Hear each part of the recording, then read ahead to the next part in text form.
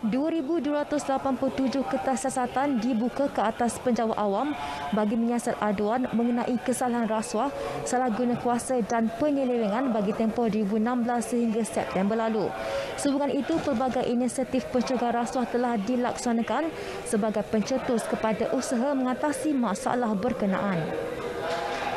Menteri di Jabatan Perdana Menteri Parlimen dan Undang-Undang Datuk Tauhidin Hassan berkata, setiap agensi perlu mempunyai alat seperti pengurusan risiko rasuah CRM dan pelan anti rasuah organisasi OACP.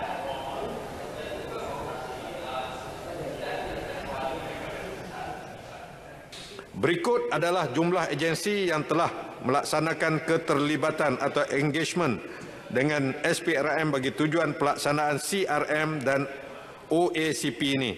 Pertama, untuk CRM sebanyak 139 buah agensi dan untuk pelan anti rasuah organisasi OACP sebanyak 40 buah agensi. Beliau menjawab pertanyaan Ahli Parlimen Kapar, Datuk Abdul Wasani Abdul Hamid.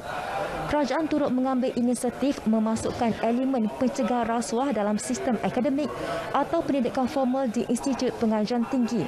Perkara ini selaras inisiatif 2.4.7 Pelan Anti Rasuah Nasional NACP iaitu memperkenalkan kursus mata pelajaran wajib universiti pada peringkat ijazah pertama yang menekankan kepada aspek hubungan antara manusia dan implikasi terhadap persekitaran.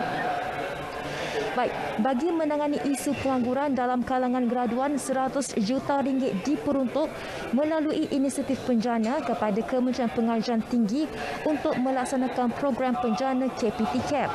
3 program utama digerakkan iaitu program Job Matching and Placement, program berterusan usahawanan dan program yang bercirikan ekonomi gig. Program-program yang berbentuk latihan kemahiran jangka pendek dan sederhana ini dijangka dapat memberikan manfaat dan nilai tambah kepada sejumlah 20,000 graduan. Sehingga 3 November 2020, sejumlah 87 program dengan peruntukan sebanyak RM34.8 juta telah diluluskan pelaksanaannya.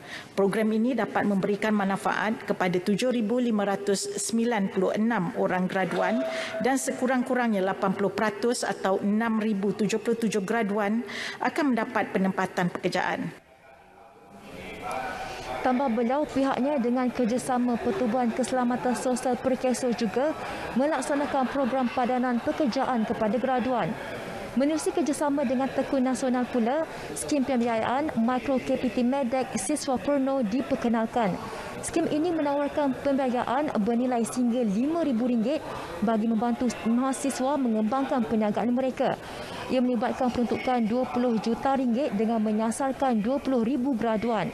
Datuk Dr. Noraini menjawab pertanyaan Ahli Parlimen Hang Tuah, Datuk Sri Syamsul Iskandar.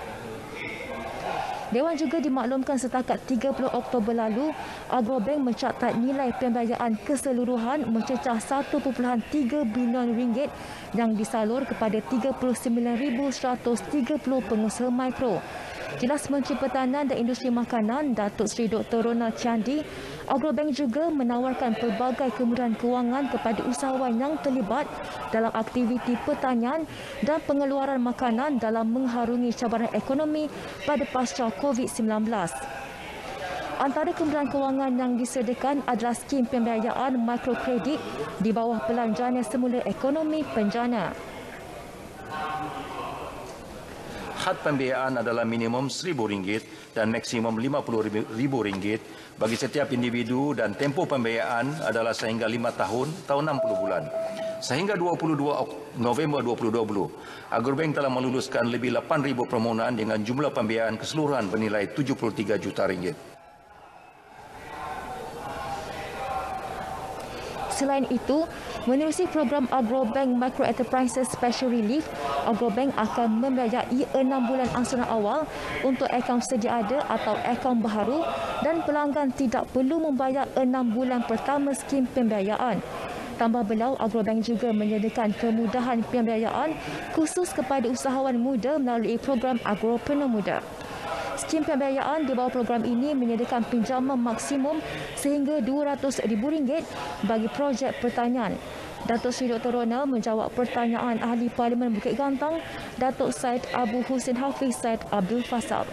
Baik, untuk mengetahuan, sesi penggulungan bagi kementerian-kementerian masih lagi berlangsung dan Kementerian Kewangan merupakan kementerian terakhir yang akan menghabiskan penggulungan pada hari ini. Dan selepas itu, dijangka undiran undang-undang perbekalan 2021 akan dilaksanakan. Dan kepada anda, jangan lupa ikuti secara langsung keputusan pengundian bagi meneruskan Belanjawan 2021 di TV1 dan saluran berita sekitar jam 2.30 petang nanti. Sekian saja laporan dari Parlimen. Saya Syamira Sufri, kembali kepada Miza.